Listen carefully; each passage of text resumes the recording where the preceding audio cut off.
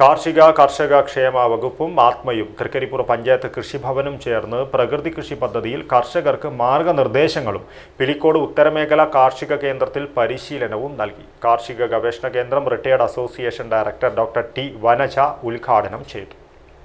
തെളിനീരിനൊത്ത പരിശുദ്ധി, അതിനാൽ ഞങ്ങൾ മനസ്സിലാക്കുന്നു, നിങ്ങൾ അർഹിക്കുന്നു. ബിന്ദു ജുവല്ലറിയുടെ അതുല്യമായ ആഭരണങ്ങൾ.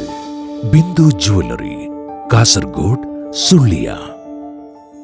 വ്യത്യസ്ത ഇനം കൃഷികൾ ചെയ്യുന്ന കർഷകർക്ക് പ്രകൃതി കൃഷി പദ്ധതിയിൽ മാർഗനിർദ്ദേശങ്ങൾ നൽകുക മാത്രമല്ല, ഉത്തരമേഖല കാർഷിക ഗവേഷണ കേന്ദ്രത്തിലെ നെല്ലുൾപ്പെടെയുള്ള കൃഷിയുടെ സന്ദർശനവും പരിശീലനത്തിന്റെ ഭാഗമായി നടത്തി.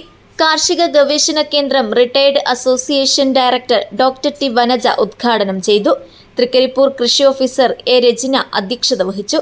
Doctor Nisha Lakshmi, assistant professor doctor Parvathy Sasidharan എന്നിവർ ക്ലാസുകൾ എടുത്തു.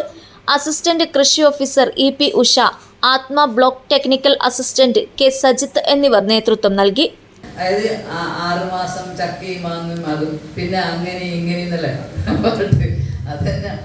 അത് ട്രഡീഷണൽ വേ ആണ്. അത് തള്ളിക്കളയേണ്ട സംഭവമല്ല, നമ്മളെ കുട്ടികളെ പഠിപ്പിക്കേണ്ടതാണ്. ഇപ്പൊ ഇവിടെ ഈ ഒരു ക്ലാസ് ശരിക്കും പറഞ്ഞാൽ കുറേ കൂടെ യങ് ജനറേഷനും കൂടെ പഠിപ്പിക്കണം. മനസ്സിലായില്ലേ? ഇത് നമ്മൾ പറഞ്ഞു കൊടുക്കേണ്ടി വരുന്നുണ്ടാവും. ഇപ്പൊ ഒരു യങ് യൂത്തിനെയും കൂടെ ഒക്കെ കഴിഞ്ഞാല് യഥാർത്ഥത്തില് ഒരു വീട്ടില് ഒരു അമ്മൂമ്മ അല്ലെങ്കിൽ അച്ചാച്ചനൊക്കെ ഉള്ള അവര് പറയുന്നത് കേൾക്കുക തന്നെ ഒരു വലിയ ക്ലാസ്സാണ്.